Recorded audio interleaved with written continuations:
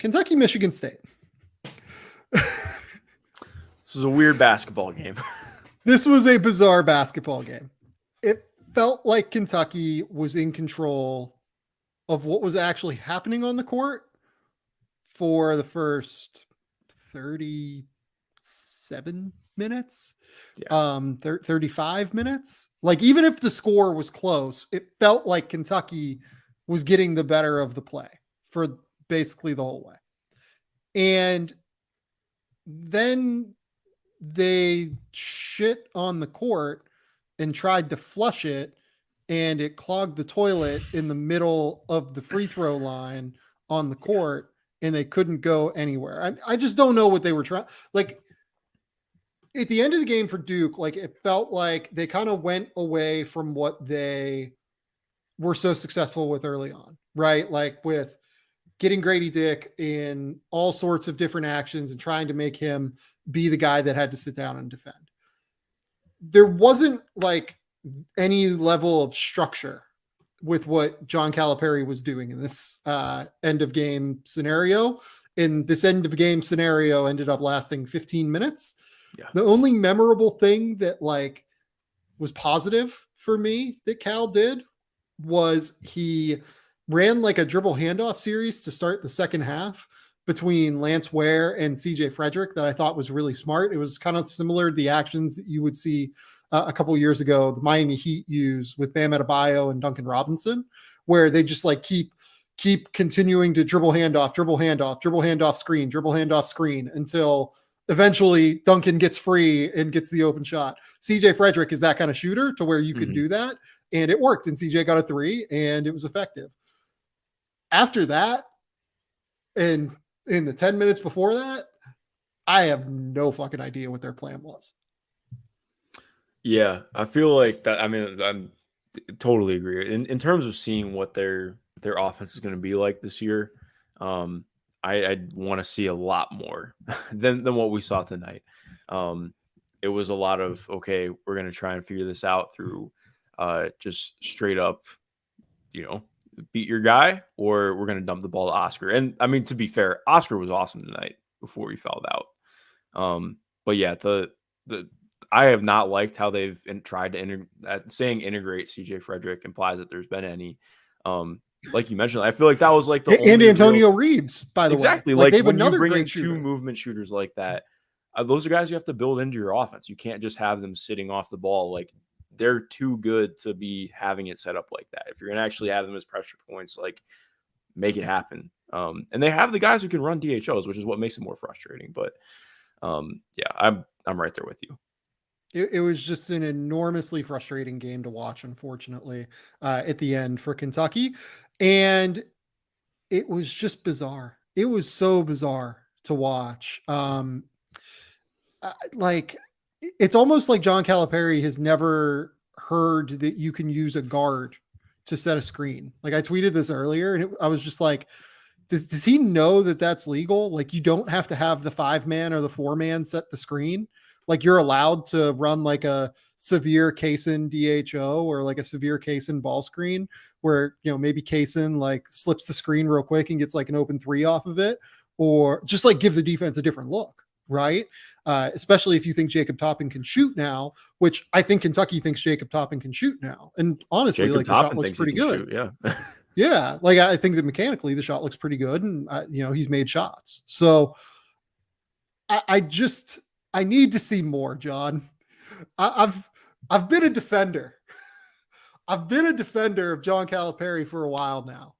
And we're at the point, especially after watching Duke, where like they scored 64 points. They probably were under a point per possession in that game, but like they had a plan, and they're just young, and they have, not quite enough shooters to actually like be real shooters right now.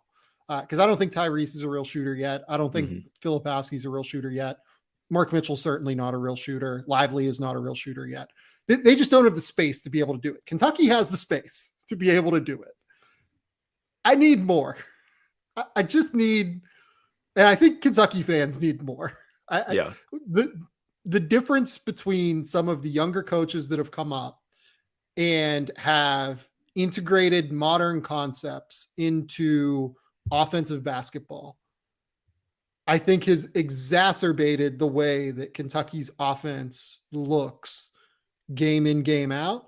And the gap between, like, John Calipari is not changing, but the gap is getting wider because new smart coaches are integrating really high level concepts into their game plan offensively.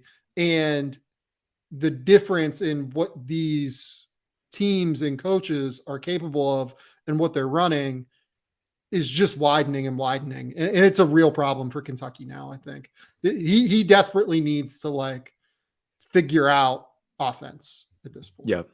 Yeah, no, I agree. It's stuff that I think we're going to be looking for all year, especially as like, well, they're in a weird place because like Severe obviously is like, he's a good ball handler and playmaker, but I mean, as we saw late in the game, they could not get anything going out of pick and roll with him because of how Michigan State was playing it. And Kaysen is obviously like, he's a good ball handler and playmaker, but he's not like, you could see him struggle with pressure at times tonight. As MSU ratcheted up, and that's going to happen. Like, he's more of a true two or combo than like being a lead point. But just to be fair, like Michigan State's defense tonight was really good, especially down the stretch. Like, like Matty Sissoko was moving. Like, that man was moving his feet. That was fun. That was fun to watch. Like, just seeing like his game overall, especially in that fourth quarter and into overtime, was huge. Overall, like, yeah, I really enjoyed it. That is, I gotta say, that is like the most Big Ten basketball team I've ever seen. They have no one who can create separation consistently. The shooting is like pretty bleh, even though they did shoot okay enough tonight, and they just play big. They played every big on the roster, it felt like, tonight too. Like, I mean, Kentucky played a million bigs too, but yeah. We got Carson Cooper minutes tonight, man. Yeah, I was not ready for that. Jackson Kohler played. Like, I was like, okay. It was, yeah, what a time to be alive. But yes, that was a very Big Ten game. Yeah, and look, because Joey Hauser like is, was the best movement shooter certainly on the court tonight. They ended up going 7 of 19 from three. And while you would like to see a team take more than 19 shots from three on 70 free field goal attempts, like they took enough of them and made them effectively enough to where Kentucky had to guard them out there. I think Michigan State was terrific defensively in this game. But it came down way more to just Kentucky not having enough offense. And I think it's worth noting as well, like, Kentucky has been injured, right? Like, I think that this team, like, they weren't running like a crazy amount of like dribble drive shit like that Kentucky teams typically run, where it's like, okay, we're going to like drive and then kick out and then reset a drive and kick out. And like, they were actually running like a decent amount of ball screens in this game, especially early in the game. Later on, they might've reverted a little bit more into like past Kentucky bullshit. But like, I think that they actually just don't, it seemed like a situation where they don't have enough experience playing together, because there were moments like where Jacob Toppin and Antonio Reeves were like right on top of one another in the corner. And Jacob Toppin's like trying to hit a quick reversal up to the wing, and Reeves is actually just right next to him in the corner. And there was another one where it was Cason Wallace and Jacob Toppin, I think, if I remember correctly. So it felt like they're trying to add modern things, but they just don't have enough experience playing with one another for it to look modern and well spaced yet. And hopefully that will come in the coming months. Yeah, and I think, like you mentioned, like, obviously we need to see them get Frederick and Reeves built in. This was a rough Chris Livingston game, and I think, to me, when I look at this team and how they're going to be this year, they really need Chris Livingston to pop, because he is that guy who, like, Reeves and Frederick are more 2-3s than like a true combo forward, and I feel like they need Chris Livingston to really pop and at least work to a degree for them to have some of the lineup versatility that they're going to need throughout the year. Because, like, ideally, like, I want to, like, Jacob Toppin, to me, I know, like, just reading his stat line tonight wasn't anything crazy, but like, the things he's done have really interested me as a prospect early in the season. Like, he does a lot of the same things Obi does while being a more flexible player. And that's really interesting to me. Like, I want to see Jacob Toppin running DHOs and getting more opportunities to be like a short roll threat and just doing some of the fun stuff that you can get out of forwards who have bounce and feel and know how to move off the ball. Like, but it's, spreading out the offense and seeing more of that is going to be important. Yeah, no, I agree with you. Let's go to the best prospect on the court tonight. I thought Casey Wallace was the best prospect on the court tonight. Yeah. For awesome. Any of the four teams. Casey Wallace's defense has long been discussed as like an elite skill for guards. He had 8 steals tonight. He set the Kentucky school record for steals, and it somehow like underrepresented how good he was defensively to me. Yeah. He was all over the place in help. He was all over the place digging down on offensive players, like even when he didn't get steals, recovering out. I thought his closeout technique was awesome. He had one in the first half where he had to play 2-on-1 on a closeout, essentially, where he did the incredibly intelligent thing. The kick out from the paint came to his right, and he closed out on the side of the man and had one arm in the shooting pocket and had one arm to the side so that he couldn't make the reversal pass up to the top of the key, but was still getting a contest as like a side angle contest. It's just like the attention to detail is fucking outstanding with Casey Wallace. And that's just the defense. Like the offense I thought was pretty good as well, but like I was just like having a fucking meltdown watching Casey Wallace defend in this game. Yeah, his hands were unreal. Like, again, it's not even just the steals. It's like just his ability to force somebody to pick up their dribble was fantastic. Like, Tyson Walker ended up having a nice game because of how he closed out, but I thought him and Hogard both really struggled getting downhill because of the way that Kaysen was able to dive into the lane if he wasn't on them, just straight up guarding in isolation. Like, he was really, really impactful at the nail. Like, especially just in watching him, like you see how long he is, and it's kind of wild. Like he's got to be like close, +4, +5 wingspan. It feels like. Oh yeah, I'd guess +5. Yeah, and I mean you feel that in watching him, and he's strong too. Like he doesn't look like he looks wiry, but I think his functional strength is really good in watching. Oh, they put him on Malik Hall. Yeah. Like at the end of the first half, and it like started the second half, and it was just like, oh yeah, like he can do this. He got shot over the top of once, and Malik drained like a mid-range shot, but it was just like, oh no, like Malik is not able to like take him further down onto the block. Like this was a mid-post opportunity, like at the elbow, and Malik like couldn't move him to get deeper. So no, it was an impressive game. Very, very impressive game. Kaysen. What did you think of him offensively, though? I thought offensively was where like saying struggles is unfair, because I think again, like you saying not miscast, but like I do feel like at times they were just in a spot of like, okay, well, we really need someone to create something for us because our offense is breaking down and we don't state that's making it seem like there was like a ton going on, but more like they really were struggling to penetrate the defense late in the game. I felt like he had some good moments coming off of like more side to side stuff to get him going downhill, but just creating out of a standstill, I think, was an issue for him. But he did have like his passing was really good, like especially on the interior. I like that.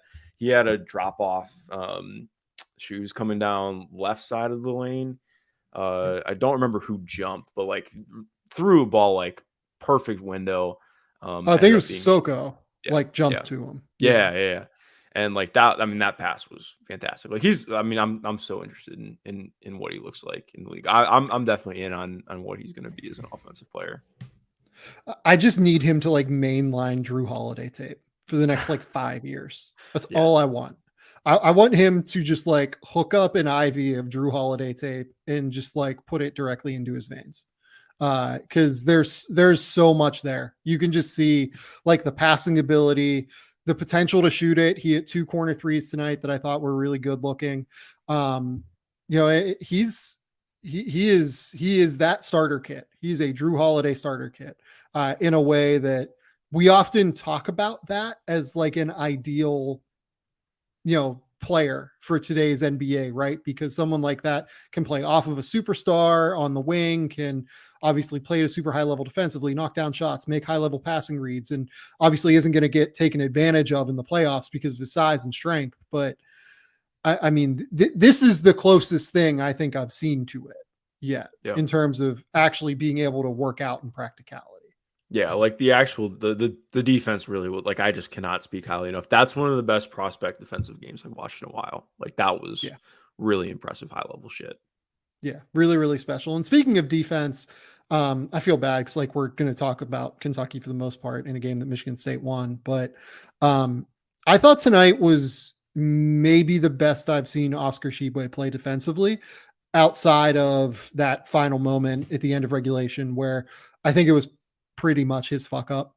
It was a miscommunication between him and Toppin where they didn't switch properly, and I think it was him that should have been guarding Malik Hall coming down the lane there on the right side, but he just kind of vacated his space, unfortunately, and then left the wide open area for Malik.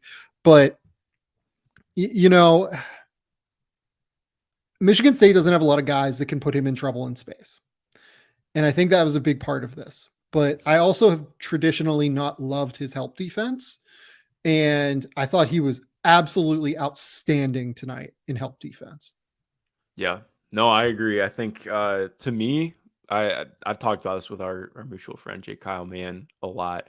I've been in on Oscar as like a real NBA player. Like I think again, like the level, that's another thing. But I tweeted this out in game, and while noting like, okay, I'm not old enough to have watched Dennis Rodman play live, but like Oscar's the best rebounder I think I've ever watched. It's legitimately like his angling, his timing, the way that he initiates contact, like, and he is such an outlier in his skill that I just view him as being a guy who ends up making things work. But I like you're mentioning, I think the mobility on defense it looked good tonight, especially too. That was my biggest thing coming in with Oscar was like, what does his mobility look like in general coming off of a knee procedure? And I thought he looked almost better than he did last year at times. So yeah, I'm right there with you. And like you mentioned with the help in general, that's kind of the next step for, okay, what is he looking like defensively this year? I want to continue to see it more consistently. But yeah, I think there were a lot of positive flashes tonight, or not even just flashes. Like he had a freaking 2020 coming off of knee surgery. It's pretty good. Like, yeah, and look, like here's the other thing. He made a mid-range jumper tonight. He took that terrible one at the end of regulation, but like, whatever, that's going to happen. The thing that I worry about is just the touch at the end of the day. Like he still misses a few too many bunnies around the basket. Yeah, I mean, like he's got the Drummond, 20% of my rebounds are my own missed shots. So it's like that's part of his game. That's part of it, and then the other part of it is the turnovers, right? Like he had a case of the dropsies tonight, it felt like. Yeah. And I wonder too if part of that's just like coming back, but yeah, for sure. Yeah. We shall see. I did want to ask you one last thing. I'm assuming not. Do you have any thoughts on Damian Collins tonight?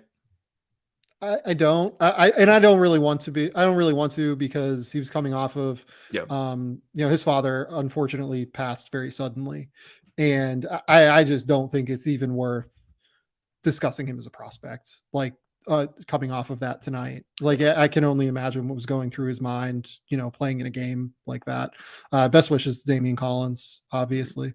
But yeah, I didn't think he made much of an impact, but like I can't imagine a circumstance where I would have expected him to coming off of that, I guess. Let's go to Michigan State just very quickly. Did Matty Sissoko pop for you at all? Like as a real like guy to watch now? As a guy to watch, yeah. Like the mobility in defense was really, really good. Like I think a lot's going to depend on what the skills turn into offensively, and how he can make, like, obviously he's a lob threat, like that counts for something. But I need to see the rest of what that looks like as he continues to grow out. But the defense was like that was legitimately very good, and I don't want to necessarily say coverage or style, but like they were comfortable playing him close to level, and he looked good doing it. And that was a big reason for why Kentucky's offense stalled out at times, was him being able to come up and play closer. And I mean, man, yeah, he was. I thought he was Michigan State's best player tonight. Like even like Joey led them in scoring, but I felt it was him. He was really damn impressive. I actually thought the guy who popped most for me was probably Jaden Akins. Like, obviously, like not in terms of all around game, but just flashes tonight. Yeah, long Um, term. Yeah. yeah. And Malik Hall, I'll always be like, well, maybe if Malik Hall just does, yeah, he's the guy. He's always like, well, if he just does, yeah, like I'm kind of in. Dickie V said Even from the Malik moment Hall like he played for 29 Mocan times. with Michael or Jonte, like I've been kind of sneaky in just a little Yeah. bit. Yeah, it's like, well, if you, yeah, I mean, well, that's what was so frustrating tonight because it's like, I don't disagree with Dick Vitale that they needed to get Malik Hall a touch, but I was also like, okay, well, when Malik gets the ball, and it's not an immediate jumper, what happens? And I'm like, yeah, that's why he's not getting the ball right now. So yeah, it's a fun time.